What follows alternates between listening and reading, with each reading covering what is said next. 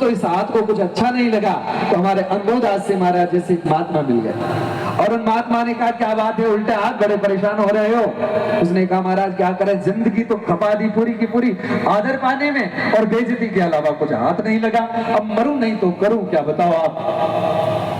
तब अमरदास जी महाराज ने कहा ज्यादा कुछ करने की जरूरत नहीं है। बोले तो छोटा सा एक काम कर ले।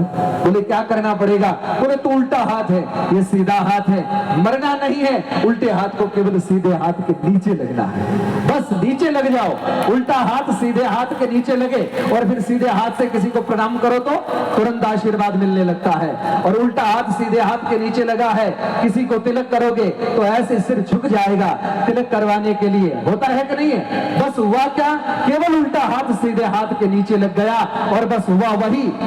चंद्रमा कलंकित है, खंडित है, लेकिन वक्रोपि चंद्र सर्वत्र वंद्यते कब हुआ, जब भगवान महादेव के माथे पर जाकर के बैठ गया, उसका संग बदला तो पूरा का पूरा लेवल बढ़ गया अपने आप।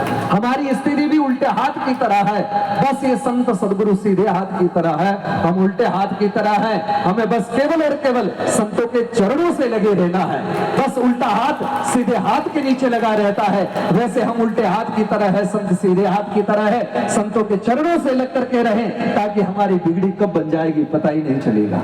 आप कहोगे कि हो क्या जाएगा, यदि ऐसा हो गया तो हमें क्या उपलब्धि होगी, क्या प्राप्त हो जाएगा। मैं अपनी बात का उपसंहार करते हुए निवेदन करना चाहूंगा। एक दिव्य महापुरुष पहुंचा हुआ माधवदास जी महाराज जैसा महात्मा एक रास्ते से गुजर रहे थे और चलते चलते रास्ते में एक लकड़ी का टुकड़ा पड़ा था, उसको ठोकर लगी। सहज सी बात है, आदमी कहीं से निकलता है तो ठोकर लग ही जाती है, कभी पत्थर को लगती, कभी लकड़ी को लगती, कभी और किसी वस्तु को लग जाती है। और ठोकर लगते ही महात्मा तो आगे निकल गए और पीछे से एक आवाज आई, बोले भगवान रुकिए। आप यदि भागवत का स्वाध्याय करते हैं तो नारद जी महाराज भक्ति से मिलकर के जाने लगे, तब भक्ति ने आवाज दिया था, भो भो साधु सनम तिष्ठ। बोले रुकिए रुकिए भगवान, आपका क्षण भर का संग मेरे जीवन में परिवर्तन ला रहा है, ऐसा महसूस हो रहा है। तो लकड़ी ने भी कहा कि कृपा करें भगवान रुके आप, आपके इतने छोटे संग ने जीवन में परिवर्तन कर डाला। महात्मा ने पीछे मुड़ करके देखा तो कोई दिखाई नहीं दिया। तो लकड़ी ने कहा कि पीछे नहीं नीचे देखो, तो वो चरणों में गिरी हुई थी। महात्मा ने नीचे देखा तो लकड़ी दिखाई पड़ी। महात्मा ने कहा अरे लकड़ी तुम? बोले हाँ, क्या चाहती हो? बोले कल्याण। या आश्चर्य जैसी बात है, मनुष्य समझदार जानकार होता है फिर भी वो मोक्ष नहीं चाहता है। वो चाहता है कि बढ़िया बंगला बन जाए, मोटर कार मिल जाए, मेरी जय जयकार हो जाए, मेरा लेवल बढ़ जाए राजनीति में, ऐसा होता है। लेकिन कल्याण नहीं चाहता, लेकिन एक लकड़ी जड़ भी चाहती कि मेरा कल्याण हो जाए। महात्मा ने कहा कि कैसे? बोले आप मुझे अपने साथ ले जाओ, क्योंकि मैंने देखा आपके चरण का थोड़ा सा संग मिला, स्पर्श हुआ, मुझे दिव्य वाणी प्राप्त हो गई। मैं चाहती हूँ, कल्याण की कामना करने लगी हूँ, कृपा करें आप मुझे साथ लेकर के चलें। महात्मा ने कहा मुझे तुम्हारी आवश्यकता नहीं और मैं अनावश्यक वस्तु को साथ लेकर के घूमता भी नहीं, इसलिए मेहरबानी करें मैं साथ लेकर के नहीं जाऊंगा। लकड़ी ने कहा भगवान मेरा बड़ा लाभ हो जाएगा, आप ले जाएंगे। महात्मा ने कहा यदि न ले जाएं तो बहुत बड़ी हानि हो जाएगी। बोले क्या हानि हो जाएगी? बोले पीछे एक व्यक्ति और आ रहा है, वो ले जाएगा। महात्मा ने कहा हो सकता है उसकी बिगड़ी बन जाए, उसका कोई लाभ हो जाए। बोले उसका तो लाभ हो सकता है, लेकिन मेरी बहुत बड़ी हानि हो सकती है। बोले क्या हो जाएगा? तो लकड़ी का उत्तर सुनिएगा। लकड़ी ने कहा भगवान वो ले जाएगा, ले जाकर के मुझे चूल्हे में डाल देगा, मैं जल करके राख हो जाऊंगी। दुनिया की कोई श्रेष्ठ से श्रेष्ठ लकड़ी क्यों न हो, चाहे वो सागवान की लकड़ी हो, चाहे वो चंदन की लकड़ी हो, उसका अंत तो अग्नि के हवाले ही होना है। बढ़िया यदि है सागवान की लकड़ी, दरवाजा बढ़िया बन गया, खिड़कियां बढ़िया बन गई और बढ़िया रंदा वंदा लगा करके चमका करके अच्छा कर दिया। कहा जाता है पंच तत्व का बना ये पुतला नाम धरा जिसका बंदा, कारीगर ने खूब रचा साफ किया फेरा रंदा, ऊपर काया कंचन जैसी भीतर माल भरा गंदा, आए भान छुप जाए चंदा, करना हो सो कर ले दिशावर फिर रह जाएगा मंदा। बस वही बात कि एक लकड़ी कैसी भी भयानक क्यों न हो, लेकिन रंदा मार करके सुधार उसको चिकना बना देता है, बढ़िया बना देता है। तो उस लकड़ी ने कहा कि इतनी बढ़िया होती, हर आदमी आकर किया था भाई सागवान की लकड़ी बढ़िया, हमको भी ऐसा ही दरवाजा बनाना।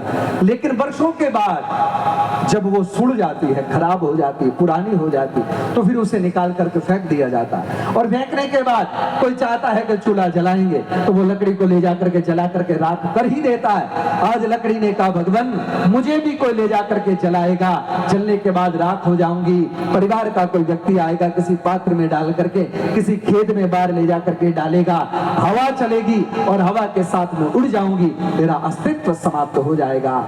लकड़ी ने जब ये बात कही, महात्मा ने कहा यदि मैं ले जाऊंगा तो क्या लाभ हो जाएगा। सुनने जैसी बात, अब सुनिएगा।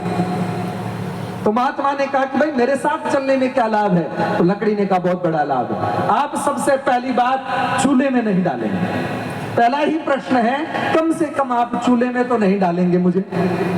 बोले तो, बोले आप हवन कुंड में डालेंगे। महात्मा ने कहा कि भले ही तो लकड़ी चूल्हे में डालो, भले हवन कुंड में डालो, जल करके होना तो राख ही, इसमें ज्यादा राजी होने की कोई बात नहीं है। लकड़ी ने कहा भगवान मेरी बात अभी पूरी कहाँ हुई, इससे आगे भी है। बोले क्या? जल करके राख हो जाऊंगी, यहां तक तो सेम स्थिति है, लेकिन इसके आगे जो बदल रही है वो बड़ी क्रांतिकारी है। बोले क्या? चूल्हे की जली हुई राख को कोई शीश पर नहीं चढ़ाता, बाल पर नहीं चढ़ाता, लेकिन यज्ञ की जो हवन कुंड की राख होती कोई भी लेकर के अपने बाल पर तिलक करता है। भगवान आप ले जाकर के हवन कुंड में डालेंगे, जल करके राख हो जाऊंगी, उसके बाद आप वही राख लेकर के अपने बाल पर तिलक करेंगे और उसके बाद आप सीधे भगवान के मंदिर जाएंगे, जाकर के भगवान के चरणों में अपना शीश झुकाएंगे और मैं भगवान तक पहुंच जाऊंगी। ये यात्रा है, यदि समझ में आ जाए। क्या करना चाहिए? पूरी यात्रा को संतों के चरणों से प्रारंभ करना चाहिए। लकड़ी ने संत के चरण का स्पर्श किया और चरण से हाथ में आ गई और हाथ से हवन में आ गई और हवन से भाल में आई और भाल से भगवान तक पहुंच गई। यदि कुछ करना है तो संतों के चरणों से लग करके रहना, एक ऐसा अवसर आएगा भगवान तक पहुंचने की यात्रा हमारी संपन्न हो सकेगी। इसलिए हमें मात्र इतना ही करना है, संत सानिध्य और संत सामीप्य से अपने जीवन को व्यतीत करें ताकि हमारा जीवन दिव्य और श्रेष्ठ हो सकता है। बंधुओं, बात पूरी करते हुए इतना निवेदन अवश्य करूंगा। ये युग चल रहा है विज्ञान का, हर चीज बहुत तीव्रता से आगे बढ़ रही है। धर्म के विषय में युवान पीढ़ी कहती है अब, बोले महाराज ये राम राम करने से क्या हो जाएगा, धर्म धर्म करने से क्या हो जाएगा, ये तो विज्ञान का समय है, हम क्रांति करेंगे। दुनिया चंद्रमा तक चली गई, आप आज भी आंख बंद करके और यही करना चाहते हैं कि राम राम जपते रहो, इससे क्या हो सकता है? राम राम से क्या हो सकता है? यदि हमारे जैसे एक सामान्य बुद्धि वाले व्यक्ति से बात करें तो हम निवेदन इतना अवश्य करेंगे। उस समय में कहा गया था, भागवत अंतिम समय में समाप्त होती है, भागवत का अंतिम श्लोक है, नाम संकीर्तनम यस्य सर्व पाप प्रणाशनम प्रणामो दुख समनः तम नमामि हरिम परम। बोले केवल और केवल भगवान का नाम सारे पापों का क्षय कर सकता है, जो और कोई नहीं कर सकता है। और हमारे महापुरुषों ने कहा कि जो राम नाम कर सकता है वो बाकी कोई नहीं कर सकता है। राम नाम की इतनी बड़ी ताकत है, श्रद्धे दाता गुलाबदास सिंह महाराज ने मरे हुए बलराम दास सिंह महाराज को जीवित कर दिया। ये राम नाम की ताकत थी। जो लोग कहते हैं कि राम नाम से क्या होता है, राम नाम मरे हुए में प्राण फूंक देता है, ये राम नाम कर सकता है। जो आदमी कहे कि राम नाम से क्या हो सकता है, त्रेता युग में सेतु बन गया था, राम नाम से पत्थर पानी में तैर गए, बात काल्पनिक कही जा सकती है। बोले उस युग में हम थे नहीं महाराज, ये बात काल्पनिक हो सकती है, लेकिन इसी युग में रण धाम में आज भी दरिया महाराज की भक्ति के प्रभाव से पत्थर तैरता है। ये कलिकाल है और इस कलिकाल में भी राम नाम के प्रभाव से पत्थर तैर रहा है। हरि नाम की ये ताकत है। खेड़ापा में राम नाम के प्रभाव से कुंडी तैर रही है आज भी, ये हरि नाम का प्रभाव है। जो लोग कहते हैं कि राम नाम से क्या होता है, तो ये जवाब देना, राम नाम से एक जड़ पत्थर तैर सकता है। हम तो कम से कम चेतन है, संत सदगुरु की सन्निधि को प्राप्त कर गए तो तैर ही जाएंगे। ये हरिनाम का प्रभाव है। यद्यपि ऐसा कर सको और बलवान बनकर कह रहना, क्योंकि मीराबाई को भी जहर पिलाने वालों की कमी नहीं थी, मारने वालों की कमी नहीं थी उस समय में भी, और आज समय और आगे बढ़ रहा है, जहर देने वालों की कमी नहीं, लेकिन पीने वाला चाहिए। मीरा ने पिया, मरी नहीं, अमर हो गई। और आज भी दुनिया कहे ये जहर ही तो है, पीना सीख लो लेकिन हरिनाम को छोड़ना मत, राम नाम जपते रहना, और हरिनाम जो कृपा करेगा शायद ही कोई कर सकता है। दुनिया की सारी बातें काल्पनिक हो सकती है, लेकिन एक राम नाम ही ऐसा है जो करके दिखाया है और भविष्य में करेगा। उस युग में राम जी बहुत जो कार्य कर नहीं पाए वो आज हरिनाम कर रहा है, इसलिए राम नाम कहा गया, राम से बड़ा राम का नाम। इसलिए राम नाम के आश्रय होकर के जीवन को व्यतीत करना, हर एक शास्त्र यही बात कहता है कि बस भगवान के नाम का आश्रय कर लेना ताकि जीवन हमारा धन्य और सफल हो सके। बस ज्यादा कुछ नहीं कह करके आप लोगों से यही निवेदन करना है, सनातन धर्म को मजबूत बनाने के लिए, हमारी श्रामष्णी परंपरा को अखंड बनाने के लिए, अक्षुण्ण बनाने के लिए आने वाली युवान पीढ़ी में संस्कारों का थोड़ा सिंचन करते रहना, क्योंकि आज युवान पीढ़ी ठेके तक जाने लगी है, आज भांग धतूरे तक जाने लगी है, अफीम और स्माइक तक जाने लगी है। उन लोगों को वाणी तक, गुरु चरणों तक लाना प्रारंभ करो ताकि सनातन धर्म अखंड हो जाएगा, सुरक्षित और व्यवस्थित हो जाएगा। बूढ़े लोग तो सुरक्षित ही हैं, लेकिन युवान लोगों को चाहिए उनको सुरक्षित करने के लिए जो संत सत्संग में बात कहते हैं, कुछ उनके प्रश्न होते हैं बच्चों के, उनके प्रश्नों का उत्तर यदि मिलता है, उन्हें संतुष्ट करना होता है तो बात होती है। लोग कहते हैं महाराज साधु संत क्या कर लेंगे, आप लोग बार बार कह रहे हो अखंड भारत बनाना है, सनातन को समृद्ध करना है, व्यवस्थित करना है, राम मंदिर बनने से क्या हो जाएगा। हमने कहा भारत का यदि ऋषि संकल्प कर ले, भारत का यदि साधु संकल्प कर ले, तो चाणक्य ने एक संकल्प किया था, अपनी चोटी खोल दी थी शिखा और केवल चोटी खोल करके अखंड भारत बना दिया था, और उनकी चोटी से चंद्रगुप्त मौर्य निकला था। आज भी चाहते हैं कि भारतवर्ष से ऐसे ऐसे महापुरुष हैं जिनकी कूख से हमारे लालदास महाराज जैसे महात्मा निकल रहे हैं, बहुत सहज सरल महात्मा जो आप लोगों को इस परंपरा में आगे ले जा सकते हैं। वाणी के माध्यम से, रामायण के माध्यम से, राम नाम कैसे करना है भजन, उसके माध्यम से संत ही करेंगे और कौन करेंगे। लोग बहुत सारी बातें कहेंगे, आजकल साधु संतों पर भरोसा नहीं रहा। अरे भैया ड्राइवर पर भरोसा हो सकता है, पूरी गाड़ी में बैठे हुए लोग, ड्राइवर गाड़ी चलाता है, सब सोए रहते, बाजू वाला कहे भैया सो क्यों रहे, बोले ड्राइवर जाग रहा है। आपको ड्राइवर पर भरोसा है, डॉक्टर इंजेक्शन लगाता है, चीरा फाड़ा करता है, बोले भैया बड़े निश्चित हो, बोले डॉक्टर साहब हमारा इलाज कर देंगे, उस पर भी भरोसा है। एक सदगुरु पर, संत पर भरोसा नहीं है, ये दुर्भाग्य की बात है सनातन के लिए।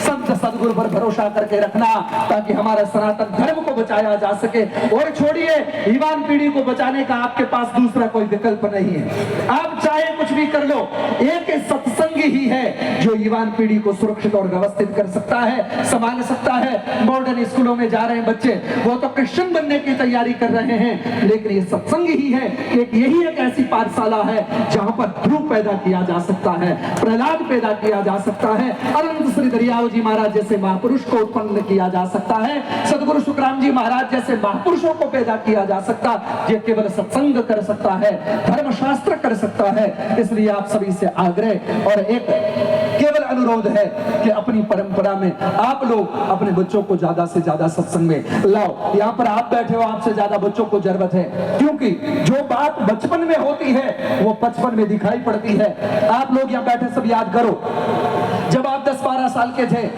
कोई भी पेड़ पर चढ़ करके कूद जाते थे, दीवार से कूद जाते थे, ये बातें आज भी याद है, लेकिन कल क्या हुआ था आज आपको याद नहीं है। इसलिए अपने बच्चों को आज सिखाओ सत्संग, ताकि वो बचपन तक होमवर्क करते रहे सत्संग के माध्यम से। जैसे कोई भी गाय चारा खा करके जुबानी करती है, ठीक वैसे आज बचपन में बच्चों को सत्संग सुनाओ, बचपन तक वो सत्संग उनकी रक्षा करेगा ढाल बन करके। यदि आप सत्संग में लाते हो तो आपसे बढ़िया कोई मित्र नहीं हो सकता है, क्योंकि मित्र ऐड़ा कीजिए जो ढाल सरीका हो।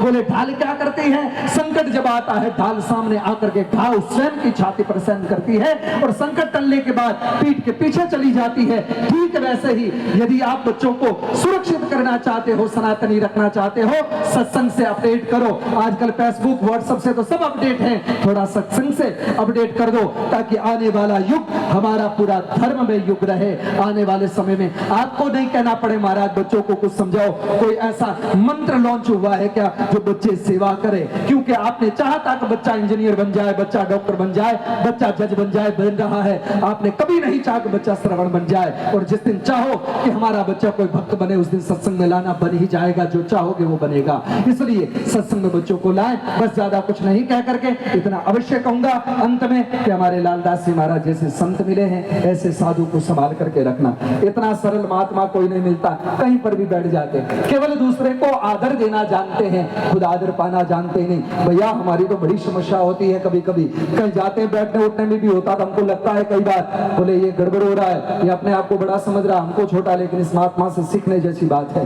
कि अपने आप को ऐसा ही समझते, कहीं पर भी बैठ गए कर गए, सत्संग से लोग जुड़े रहे, हमारा धर्म आगे बढ़ता रहे। ऐसे संतों को संभाल करके रखना। इसलिए कहना चाहूंगा कि उम्मीदों की दुनिया तो हर इंसान बसाता है, लेकिन पाता वही है जो तकदीर लाता है। जिसका भाग्य होता है अच्छा, ऐसे लोगों को ऐसे सरल संत प्राप्त होते हैं। इसलिए कहना चाहूंगा कि आप सभी लोग ऐसे संतों से जुड़ करके रहें। और हमारे लालदास जी महाराज के लिए एक शब्द और निवेदन कर दें कि हमने सोचा कि हम ही चाहने वाले हैं, हम वहां से निकले तो हमारे मन में था कि जाएं, हमारे स्नेही संत हैं, हमें जाना ही चाहिए। तो हमने सोचा कि हम ही आपके चाहने वाले हैं, लेकिन यहाँ आने के बाद हमने सोचा कि हम ही चाहने वाले, लेकिन आपके चाहने वालों का काफिला निकला। इतने इतने लोग बैठे हैं, आपको चाहने वालों का काफिला निकला। अब दिल ने का शिकायत कर खुदा से क्या करे, खुदा भी आपके चाहने वाला है। तो स्वाभाविक है ऐसा होता है। बस इतना ही निवेदन करेंगे, अपने जीवन को धन्य बनाएं। बस अवसर अनमोल मिला, कुछ काम ऐसा कर जा, पा करके गुरु से ज्ञान यार, मरने से पहले मर जा। बैठ निरंतर अपने घट में न किसी के घर जा, और सीताराम का सुमिरन करके भवसागर कर जा। क्योंकि अवसर अनमोल मिला, कुछ काम ऐसा कर जा। पुनः एक बार व्यासपीठ और कुछ संत चरणों में प्रणाम करके अपने बोल को विराम दूंगा। एक बार जय घोष करेंगे, और आनंद श्री दरियाव जी महाराज की, सदगुरु सुखराम जी महाराज की, बाबा माधवदास जी महाराज की, लालदास जी महाराज की, संत भगवान की, राम राम महाराज की जय श्री। बहुत बहुत साधुवाद।